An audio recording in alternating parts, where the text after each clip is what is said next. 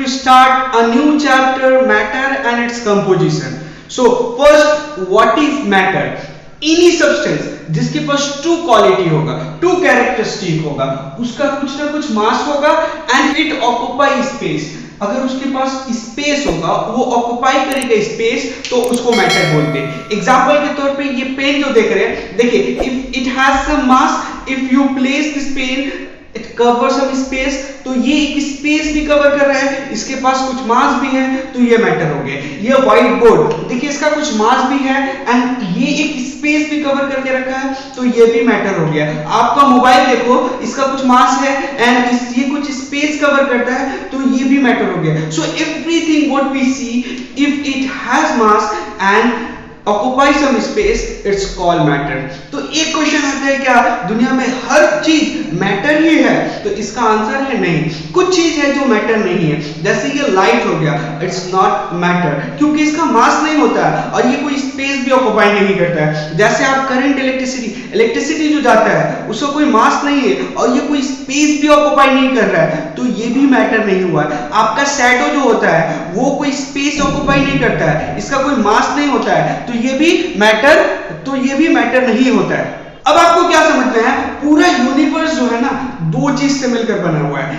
एक चाहे तो मैटर से बना हुआ है, दूसरा एनर्जी से बना हुआ है. तो हम लोग यहाँ पे मैटर के बारे में डिस्कस कर रहे हैं. तो मैटर का प्रॉपर्टी जानने के बाद, मैटर होता क्या है, everything which has mass and occupy space is called matter. ये तो डेफिनेशन हो गया. Now matter are made up of very tiny particle. Matter जो होता है ना, वो बहुत स्मॉल पार्टिकल से मिलकर बना होता है. जैसे देखो, अगर ये पेन ले लेते हैं, ये प्लास्टिक का बना होता है, प्लास्टिक का छोटा एटम मिलकर ये एक मैटर बना हुआ है. तो matter are made up of very tiny small particle, जिसको हम लोग क्या बोलते हैं, एटम बोलते हैं.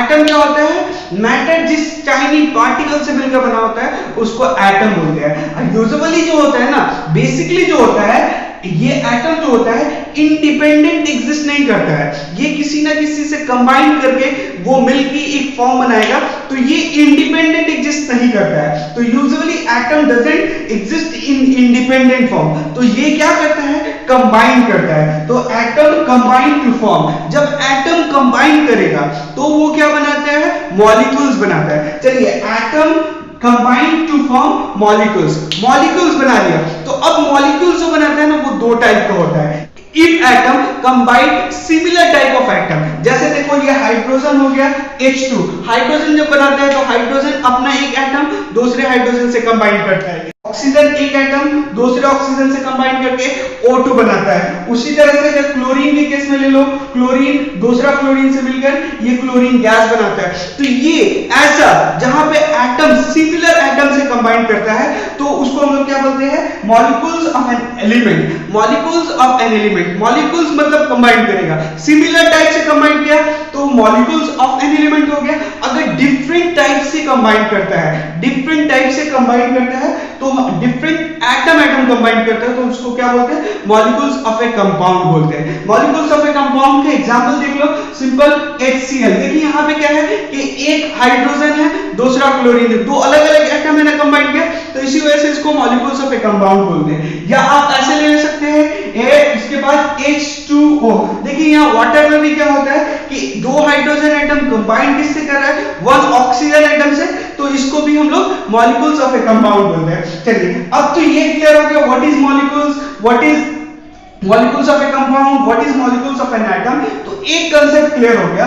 द कंपाउंड्स जो है ना, ऑल कंपाउंड आर मॉलिक्यूल्स. एक क्वेश्चन आता है, all compound are molecules but all molecules are not compound. तो यहां से आपको दिखाना होगा कि डिफरेंट टाइप ऑफ आइटम रहता है तो मॉलिक्यूल कंपाउंड बोलते हैं. एग्जांपल दिखला देना, HCl, H2O, NaCl, बहुत सारा.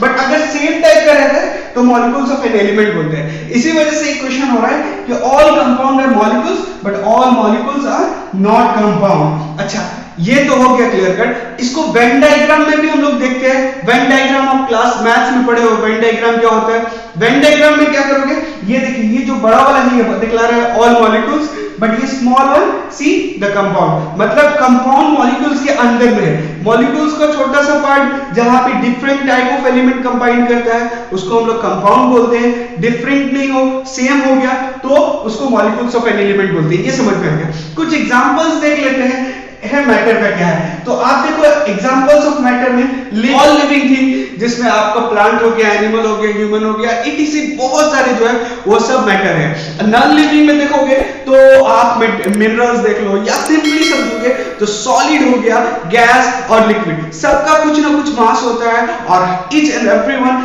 Occupy space. सो आप बोल सकते हो सॉलिड, लिक्विड, गैस जो है सब क्या होता है, मैटर होता है। आई होप सो ये मैटर क्या होता है and इसका what are the characteristic of matter? As we know the characteristic of matter has mass and occupy space. So what is mass? The matter has mass, so the amount or the quantity of matter contained in an object. Suppose that I am taking pen, ये pen लिए, suppose ये pen जो है plastic का बना हो, so if I say 100 of plastic molecules are there, तो ये जो 100 molecules जो हुआ ना, जो फिक्स क्वांटिटी हो गया, वो इसका मैटर हो गया।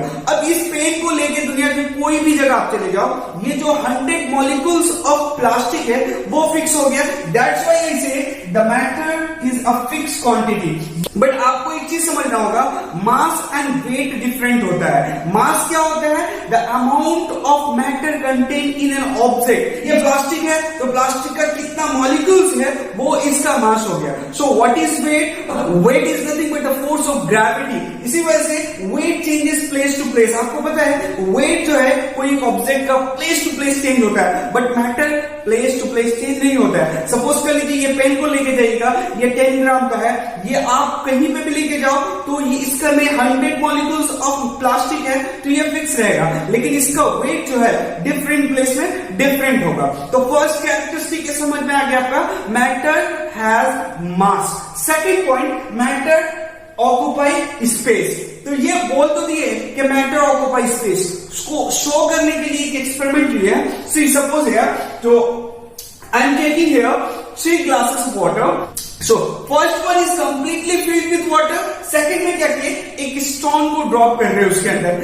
तो थर्ड में उसका ऑब्जर्वेशन हो रहा है, उसको एक्सप्लेन कर रहे हैं यहाँ पे, when stone is lower into the glass filled with water, some water overflow। जब आप क्या कर रहे हो कि एक स्टोन को इस ग्लास में जो कंप्लीटली फिल है उसमें ड्रॉप कर रहे हो तो इससे कुछ वाटर क्या हो रहा है, फ्लो आउट हो जा रहा है, यहां से कुछ वाटर फ्लो आउट हो जा रहा है। तो थर्ड में देखो, फिर स्टोन को अगर आप निकाल ले रहे हो तो ये क्या हुआ, ये एम्प्टी स्पेस क्रिएट हो जा रहा है। ये क्या हो गया, ये जो जगह बच गया वो खाली हो जा रहा है। तो ये इंडिकेट कर रहा है कि ये जो स्टोन था ना अंदर गया तो वो जो वाटर स्पेस तो फिक्स है, एक पर्टिकुलर स्पेस है, लोकेशन है, पहले से पर्टिकुलरली पूरा फिल था।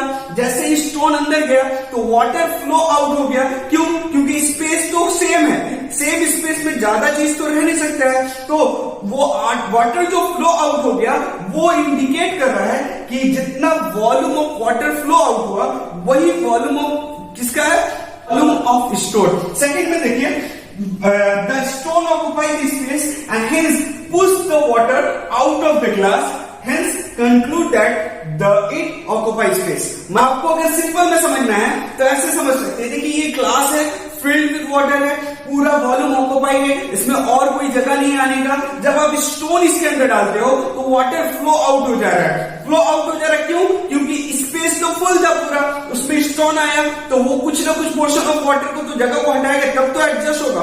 वो अंदर गया तो जितना वाटर निकल गया बाहर वो उस स्पेस को कौन कवर कर रहा है, स्टोन कवर कर रहा है। चलिए अब इस स्टोन को वापस निकाल लेते हैं। तो यहां पे हम एक वैकेंट प्लेस देख रहे हैं, वही स्पेस जितना स्टोन कवर किया था। इससे हम कह सकते हैं, we can say that the space is equal to the space occupied by that stone. और इससे कंक्लूड किया जा रहा है कि ये स्टोन है ना, इसका कुछ ना कुछ स्पेस ऑक्यूपाई करता है। तो ये कंक्लूजन आपको सामने आ गया कि matter has mass and occupy space.